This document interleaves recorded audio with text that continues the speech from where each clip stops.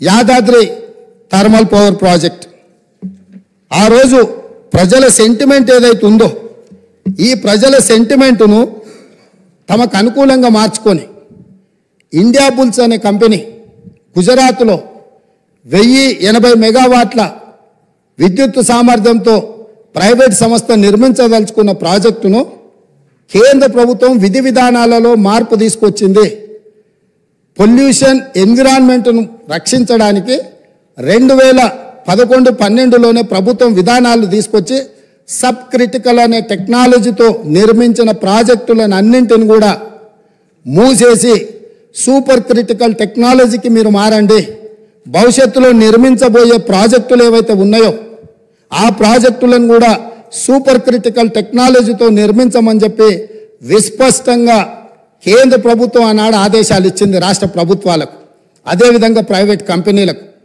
అందుకోసము super critical technology ఉంటేనే 2013 తర్వాత ప్రాజెక్టులు నిర్మించాల్సిన నిబంధనలు ఉండడంతో గుజరాత్కు సంబంధించిన ఇండియా బుల్స్ అనే కంపెనీ BHELకు ఆల్రెడీ సబ్ క్రిటికల్ టెక్నాలజీతో పర్చేజ్ ఆర్డర్ ఇచ్చున్నది కాబట్టి ఆ కాలం చెల్లిపోయిన సాంకేతిక పరిజ్ఞానంతో ఆ ప్రాజెక్టు నిర్మించడానికి అవకాశం లేదని తెలిసి ఆ ఇండియా బుల్స్ కంపెనీ BHELకు మా డబ్బులు మాకు వాపసు ఇవ్వండి అని అంటే, మీరు ఆల్రెడీ కొనుగోలు ఒప్పందం చేసుకున్నారు, డబ్బులు చెల్లించారు, మీకు తిరిగి ఇవ్వడానికి కుదరదు.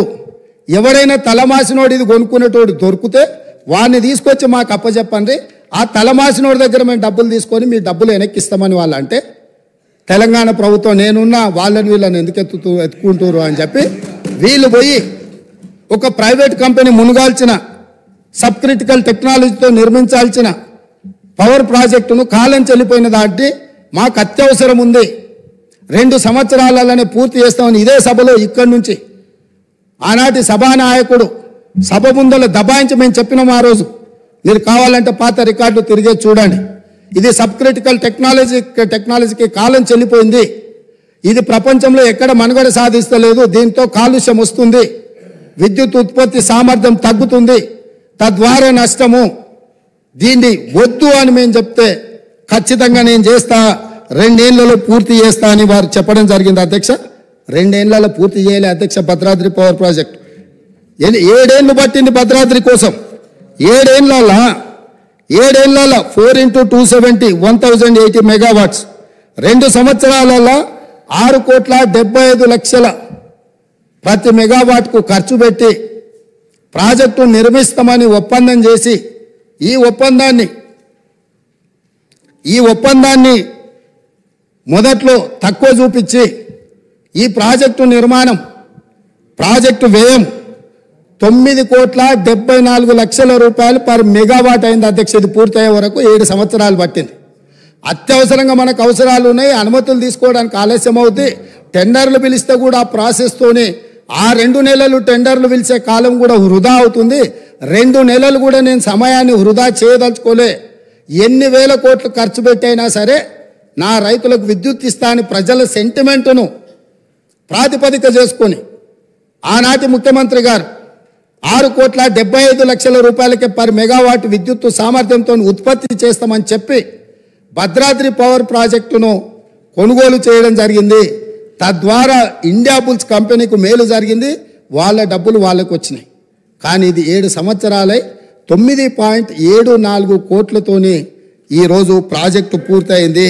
ఈరోజు ఇది ఉత్పత్తి కూడా సరైన విధంగా లేకపోవడం వల్ల సేమ్ టైం KTPS ఇదే ప్రభుత్వంలో ఉన్న 7వ దశ 48 నెలల్లో సూపర్ క్రిటికల్ టెక్నాలజీతో, అది సబ్ క్రిటికల్ టెక్నాలజీ, ఆ టెక్నాలజీ కాలం చెల్లిపోయింది. మామూలుగా కంప్యూటర్లు లేకపోతే పాతకాలం నోకియా ఫోన్లు కాలం చెల్లిపోయినాక మనం బయట వాడేస్తాం, ఎందుకు ఉపయోగం లేదు అని, మన పాత బట్టలు పడేసినట్టు. అట్లాంటి పడేసిన వాటిని దాదాపుగా 10,000 కోట్లు పెట్టి నిర్మాణం చేసి తెలంగాణను నిండా ముంచిండ్రు. అదే సమయంలో KTPS 7th ఫేజ్ 48 నెలలల్లా సూపర్ క్రిటికల్ టెక్నాలజీతోని 8.01 కోట్ల రూపాయల ఖర్చుతో పర్ మెగావాట్ విద్యుత్తును ఉత్పత్తి చేసింది అధ్యక్ష. అంటే ఏ రకంగా ఇందులో వేల కోట్ల రూపాయల దోపిడీ జరిగిందో భద్రాద్రి పవర్ ప్రాజెక్టును కూడా ఈరోజు జ్యుడిషియల్ ఎంక్వైరీలో రెండో అంశంగా చేరుస్తున్నాం అధ్యక్ష. ఇక మూడవది Yadadri thermal power project. Same ఇదే వితండవాదం. ఆ రోజు కూడా చెప్పినాం. సేమ్ సమయంలో ఇతర రాష్ట్రాలు, జార్ఖండ్ లాంటి రాష్ట్రాలు ఇదే కెపాసిటీతో టెండర్లు పిలిస్తే ఇదే బిహెచ్ఎల్ 18% లెస్ కోట్ చేసి అక్కడి టెండర్ తీసుకున్నది. సేమ్ టైం G2G అంటే గవర్నమెంట్ నుంచి గవర్నమెంట్ సంస్థకి ఇస్తున్నాం, అంచనాల రేట్లతో మేము ఇచ్చేస్తాం. ఎందుకు అని అంటే ఇది కూడా 24 నెలల్లో పూర్తి అయిపోతే 24 నెలల ప్రాజెక్టు నిర్మించి యాదాద్రి పవర్ ప్రాజెక్టును పూర్తి చేసి తెలంగాణ మొత్తం వెలుగులు ఇస్తామని చెప్పి ఆ రోజు ఒప్పందం చేశారు. ఎప్పుడు చేసిండ్రు అధ్యక్ష? 1/6/2015 నాడు ఈ ప్రాజెక్టును ఒప్పందం చేసి ఆ రోజు వీళ్ళు చెప్పింది ఏంది అధ్యక్ష? 25,099 కోట్ల రూపాయలు అంటే పర్ మెగావాట్ 6,27,00,000తోటి పర్ మెగావాట్ మేము ఈ ప్రాజెక్టును 24 నెలల్లో పూర్తి చేస్తామని వీళ్ళు చెప్పడం జరిగింది అధ్యక్ష. యాదాద్రి పవర్ ప్రాజెక్ట్ ఈరోజు ఇంకా పూర్తి కాలే అధ్యక్ష.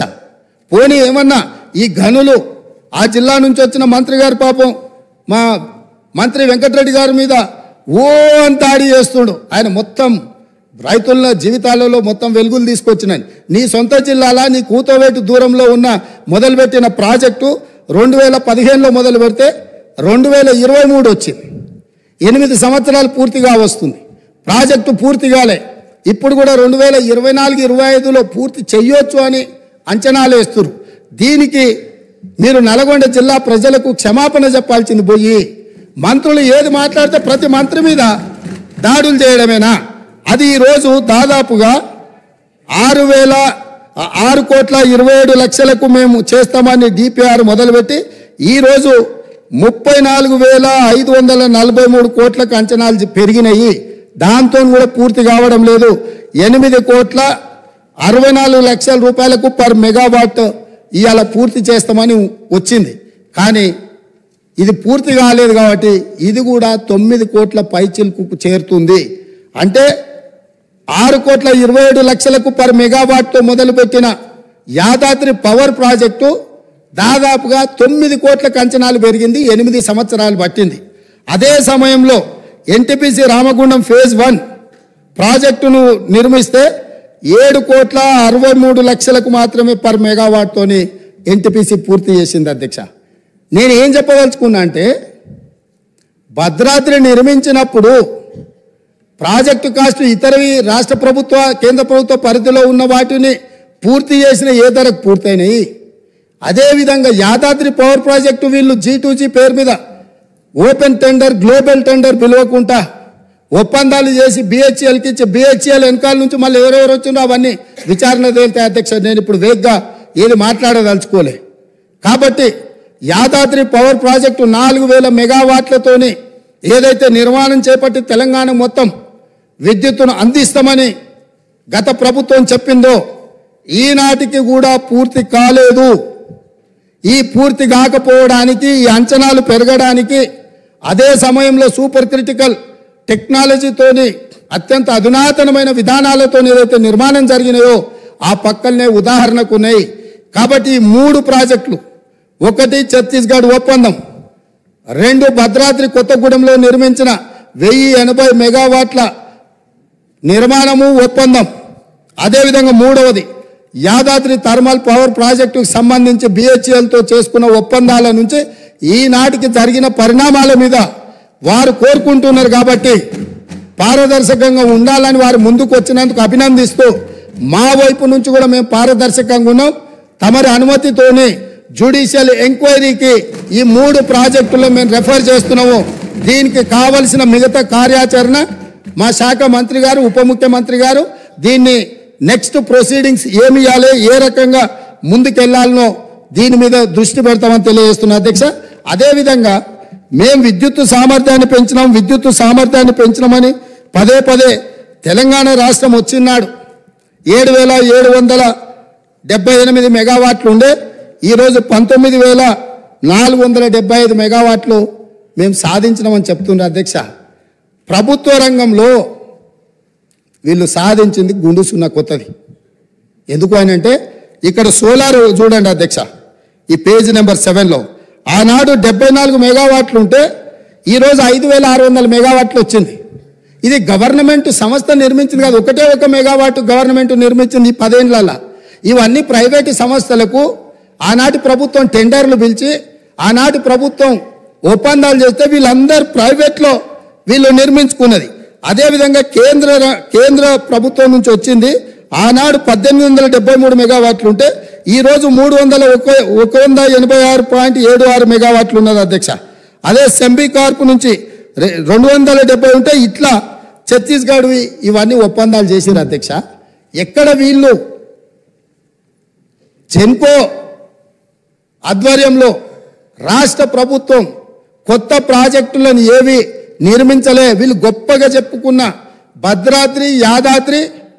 భద్రాద్రి కాలం చెల్లిపోయింది. యాదాద్రి ఇంతవరకు 1 మెగావాట్ కూడా విద్యుత్ ఉత్పత్తి చేయలే. 35,000 కోట్ల రూపాయలు ఖర్చు పెట్టి సింగిల్ మెగావాట్ విద్యుత్ కూడా ఉత్పత్తి చేయకుండా 10 సంవత్సరాల తర్వాత మళ్ళీ సభలో నిలబడి మంత్రులందరి మీద దాడి చేసి దబాయించి ఇంకా ఎంతకాలం గడుపుతారు అధ్యక్ష? ఎంతకాలం గడుపుతారు? మేము స్పష్టంగా మా మంత్రి కోమటిరెడ్డి వెంకటరెడ్డి గారు 24 గంటల విద్యుత్ మీద వీళ్ళు డంబాచార ప్రకటనలు చేస్తుంటే సబ్ స్టేషన్లో కూర్చొని లాగ్ బుక్లు తీసుకొచ్చి ముందర పెడితే అక్కడ ఉన్న లైన్మెన్ క్లియర్గా చెప్పిండు 8 నుంచి 10 గంటలు ఇచ్చినాం, కొన్నిసార్లు 12 గంటలు ఇచ్చినాం సార్, ఈ మధ్యకాలంలో అంతకంటే ఇవ్వలేదు అని చెప్పి స్పష్టంగా చెప్పిండు. వారు ఎప్పుడైతే సబ్ స్టేషన్లకి వెళ్ళి లాగ్ బుక్లు తీయడం మొదలు పెట్టినరో అన్ని సబ్ స్టేషన్లలో అక్కడ ఉండే రైతులని లాగ్ బుక్ అనగానే అది మాయం చేసిరు. ఈరోజు నిజంగానే వారికి పట్టింపు ఉంటే ఒక అఖిలపక్షాన్ని నేతం సబ్ స్టేషన్ల వారిగా లాగ్ బుక్లు గతంలోనే మాయం చేసినా ఎక్కడున్నో బయటికి తీద్దాం. వీళ్ళు వ్యవసాయంలో మోటార్లు నడవాలంటే 3 ఫేజ్ కరెంటు ఉండాలి. వీళ్ళు వ్యవసాయానికి మోటార్లకు 3 ఫేజ్ ఇవ్వకుండా సింగిల్ ఫేజ్ ఎక్కువ గంటలు ఇచ్చుకుంటా వ్యవసాయానికి ఉపయోగం లేకుండా 24 గంటలు ఇచ్చినము అని భ్రమలు కల్పించి రైతులను మోసం చేసిండ్రు అధ్యక్ష. దానికి సంబంధించి వాళ్ళు కోరుకుంటే మాకేం అభ్యంతరం లేదు. అఖిల పక్షాన్ని నిజ నిర్ధారణ కమిటీ కింద ఏతం ఆ పార్టీ ఆ మంత్రి గారిని కూడా ఇందులో భాగస్వామిని చేయండి. మిగతా పార్టీల పక్షాలు కూడా ఉన్నాయి, వాస్తవాలు చేద్దాం. నిజంగానే ఒకవేళ వాళ్ళు గొప్పగా ఇచ్చుంటే మాకేం అభ్యంతరం లేదు అధ్యక్ష. వాళ్ళు ఒకవేళ ఇచ్చుంటే ఇచ్చిందని చెప్తాము. ఈ రికార్డు ఏది మేము తయారు చేసింది కాదు కదా, వాస్తవాలు సంబంధిత శాఖ అధికారులు నివేదిక తయారు చేసిరు, మా మంత్రి గారు సభలో పెట్టిండ్రు. మా మంత్రి గారు అందరినీ చర్చించడానికి అవకాశం ఇచ్చిండ్రు. అందరు చర్చించిన దాని మీద వారి సూచనలు బాగుంటే అవి తీసుకుంటామని కూడా చెప్పినాం. ఇప్పుడు వాళ్ళకు మంచి సూచన చేసిరు, మీరు జ్యుడిషియల్ ఎంక్వైరీ చేయండి, మేము సిద్ధంగా ఉన్నాను. ఇంత మంచి సూచన వాళ్ళు చేసినాక ప్రతిపక్షమే ముందుకు వచ్చి వాళ్ళ పరిపాలన మీద పారదర్శకత కోసం జ్యుడిషియల్ ఎంక్వైరీ అడిగిండ్రు కాబట్టి వారి కోరిక మేరకు జ్యుడిషియల్ ఎంక్వైరీకి ఈ ప్రభుత్వం ఆదేశాలు ఇస్తుందని తమ ద్వారా తెలియజేస్తున్నాను అధ్యక్ష.